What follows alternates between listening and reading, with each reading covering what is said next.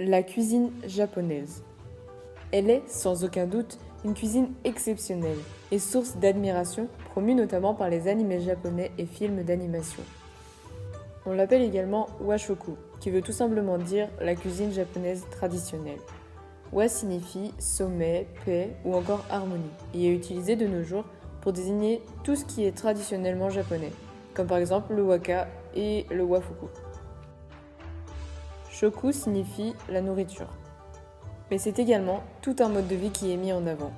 En effet, c'est une cuisine modeste et l'une des plus saines.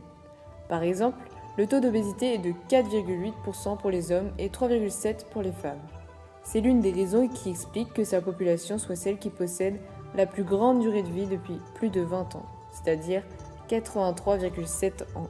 De plus, les Japonais consomment beaucoup moins de viande, de produits laitiers, de sucre, de fruits et de pommes de terre que les pays européens, et beaucoup plus de poissons, de fruits de mer, de riz, de soja et de thé. En effet, le Japon étant une île, il possède plus de 4200 variétés de poissons différentes. On voit donc que le territoire influence la cuisine locale. C'est une cuisine équilibrée et très digeste, ce qui explique de nouveau cette grande espérance de vie. Cette cuisine met également en avant un grand savoir-faire traditionnel et une mise en valeur des produits. L'objectif est d'utiliser les propriétés naturelles du produit sans trop le modifier et donc d'exploiter au maximum ses qualités naturelles. Cela implique évidemment d'utiliser des ingrédients de saison. Voici 2 exemples de plats emblématiques. Le surimi.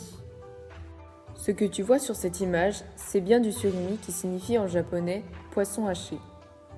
Cette recette existe depuis plus de 4 siècles au Japon et nécessite un grand savoir-faire.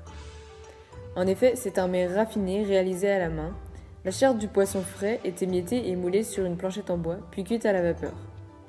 Il est donc issu d'une cuisine traditionnelle et a été adapté à notre système de consommation actuel. Le miso.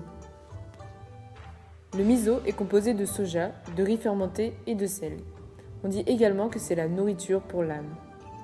Effectivement, il accompagne chaque repas des Japonais, dans la soupe par exemple, car il facilite la digestion. Il en existe différentes formes.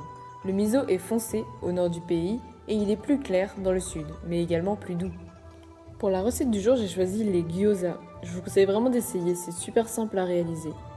Pour la garniture, personnellement, j'ai fait avec ce que j'avais à la maison, accompagné d'une petite soupe miso, c'était vraiment délicieux.